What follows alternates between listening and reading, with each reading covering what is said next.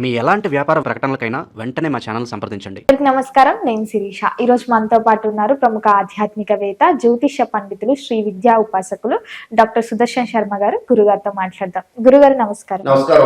గురుగారు, ఈ 2026 జనవరి సంవత్సరంలో ఈ మొదటి సంవత్సరం జనవరి కాబట్టి ఈ మాసంలో ముఖ్యంగా మేషరాశి వారికి ఎలా ఉండబోతుంది అంటారు? ఎలాంటి జాగ్రత్తలు తీసుకోవచ్చు అంటారండి? మంచి ప్రశ్న వేసావమ్మా.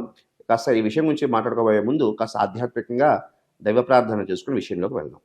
బీజాపూరగదేక్షుకార్ముకరుజా చక్రాబ్జ పాశోత్పల వ్రీహ్యగ్రస్వవిశాన రత్నకరశాన్ ప్రోధ్యత్కరాంభోరుహ ధ్యేయో వల్లభయ సపత్మకరయ శ్లిష్టోజ్వల భూషయాత్ విశ్వోత్పత్తి విపత్తి సంస్థితికరో విఘ్నేశ ఇష్టాబ్దదః.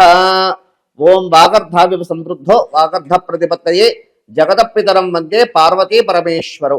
శ్రీ మాతా పార్వతీదేవి పితాదేవో మహేశ్వరాయ నమో నమ.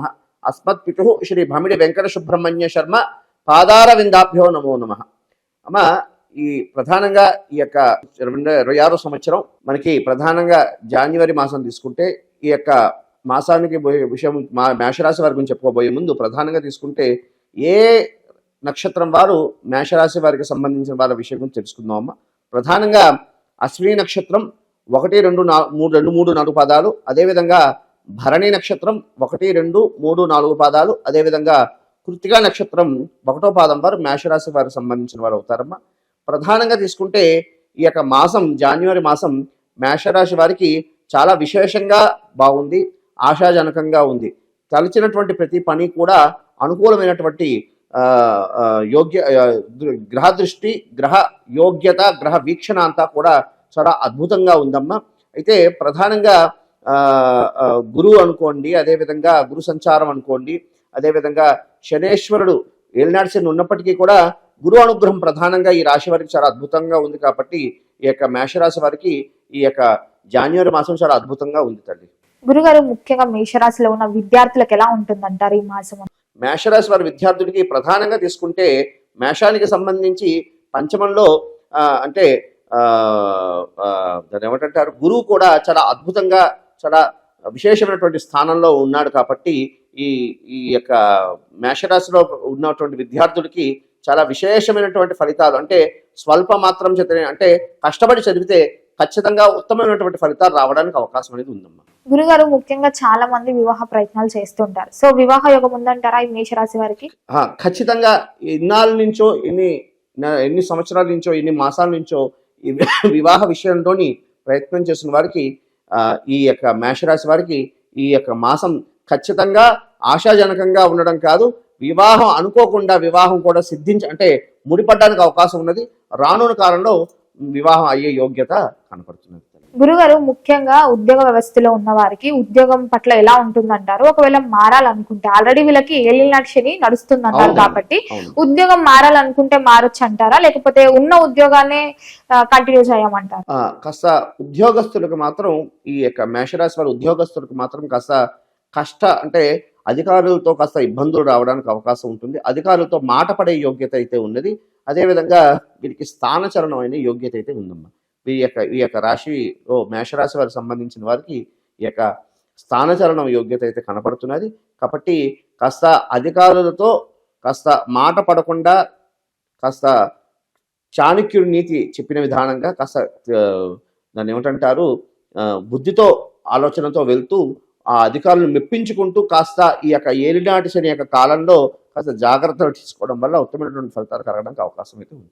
గురుగారు, ముఖ్యంగా వివాహం జరిగి ఎవరికైతే సంతానం లేదని బాధపడుతుంటారో వారికి సంతాన యోగం ఉందంటారా? ప్రధానంగా తీసుకుంటే ఈ యొక్క మేషరాశి వారి ఎవరి సంతానం నిమిత్తార్థం ఎవరు ప్రయత్నం చేస్తున్నారో వాళ్ళందరికీ కూడా చాలా గురువు యొక్క అద్భుతమైనటువంటి స్థితి సంచారం వల్ల అద్భుతమైనటువంటి ఫలితాలు, వాళ్ళు అనుకున్నటువంటి దేని గురించి వాళ్ళు ప్లాన్ చేస్తున్నారు, సంతాన నిమిత్తార్థం ప్లాన్ చేస్తున్న వాళ్ళకి ఈ యొక్క జనవరి, ఫిబ్రవరి మాసంలో అద్భుతమైనటువంటి వార్తలు వినడానికి అవకాశం ఉంది. ముఖ్యంగా చూసుకుంటే గురుగారు, ఈ కళాకారులకి, సినీ రంగంలో ఉన్న వారికి ఎలా ఉంటుందంటారు ఈ మాసం? ప్రధానంగా చూసుకుంటే కళాకారులకి ప్రధానంగా బాగానే ఉందమ్మా. ఎందుకంటే రాహు సంచారం కూడా అద్భుతంగానే ఉన్నది. కాబట్టి ఏకాదశంలో రాహు ఉన్నాడు.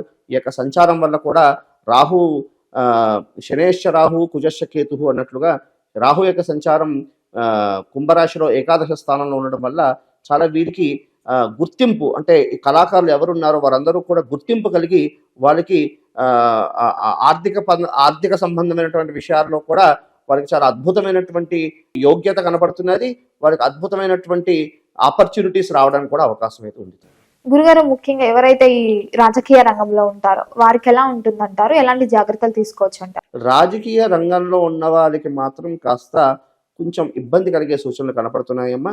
ఎందుకు అంటే మాట తీరు కాస్త సమాజంలో మీడియా పరంగా, ఎందుకంటే కుజుడు యొక్క సంచారం అంత అనుకూలంగా లేదు, వాక్కారకులైనటువంటి కుజుడు యొక్క సంచారం అంత అనుకూలంగా లేదు కాబట్టి కాస్త నియంత్రించుకుని ఉండడం వల్ల వారి యొక్క రాజకీయ జీవనం బాగుంటుందని చెప్పొచ్చమ్మా. గురుగారు, ముఖ్యంగా ఈ జనవరి మాసంలో వీళ్ళకి మేషరాశి వారు ఓన్ బిజినెస్ చేద్దాం అనుకుంటారు కదా, సో వాళ్ళకి ఓకే అనుకుంటారా? ఈ మాసం అంతా చేయొచ్చు అంటారా?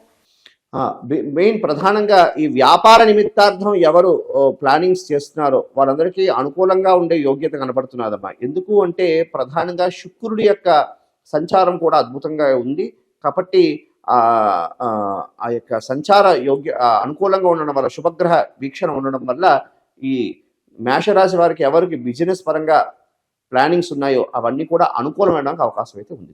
ముఖ్యంగా గురుగారు, ఆర్థిక పరంగా ఎలా ఉంటుందంటారు వీళ్ళకి? ఆర్థిక పరంగా బాగానే ఉంటుందమ్మా. ఎందుకు అంటే బుధ సంచారం బాగుంది, అదేవిధంగా గురు సంచారం కూడా బాగుంది. ఈ ఏలినాటి శని ప్రభావం వల్ల కాస్త కాస్త ఆ సమయంలో కాస్త ఉడుదుడుకు పడడానికి అవకాశం ఉంది.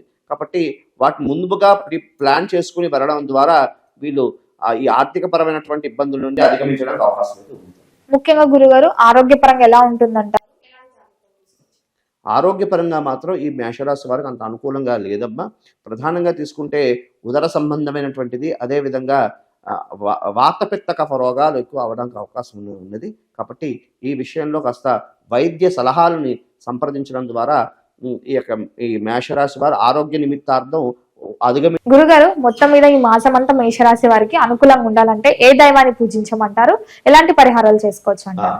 ప్రధానంగా తీసుకుంటే ఈ మేషరాశి వారు ప్రధానంగా నవధాన్యాలని ధునిలో వేస్తూ ఉండడం, అదేవిధంగా నవగ్రహాలకి సంబంధించి నవగ్రహ దేవాలయంలో వెళ్ళి దీపారాధన చేస్తూ ఉండడం, ప్రధానంగా కాలభైరవాష్టకం, ఎందుకంటే ఈ యొక్క శని సంబంధమైనటువంటి దోషం, శనేశ్వరుడు, ఎందుకంటే ఏలినాటి శని వీరికి ప్రథమంలో ఇప్పుడిప్పుడే వచ్చింది కాబట్టి ఈ ఏలినాటి శని ప్రభావం వల్ల కాలభైరవాష్టకం పారాయణ చేయడం, అదేవిధంగా కాలభైరవుడికి గారెల దండ మెడలో వేసి కాలభైరవాష్టకం 9 శనివారం నాడు గారెల దండ మెడలో వేసి కాస్త కాలభైరవాష్టకాన్ని 9 సార్లు పారాయణ చేయడం ద్వారా ఈ యొక్క శని సంబంధమైనటువంటి దోషాల నుండి, అదేవిధంగా నవగ్రహ సంబంధమైనటువంటి దోషాల నుండి నివృత్తి జరగడానికి అవకాశం ఉంటుందమ్మా.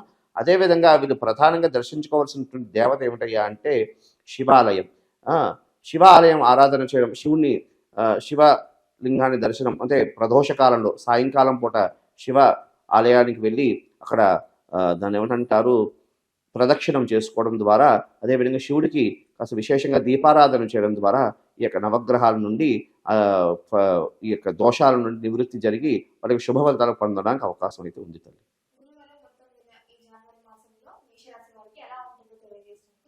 శుభమస్తు తల్లి.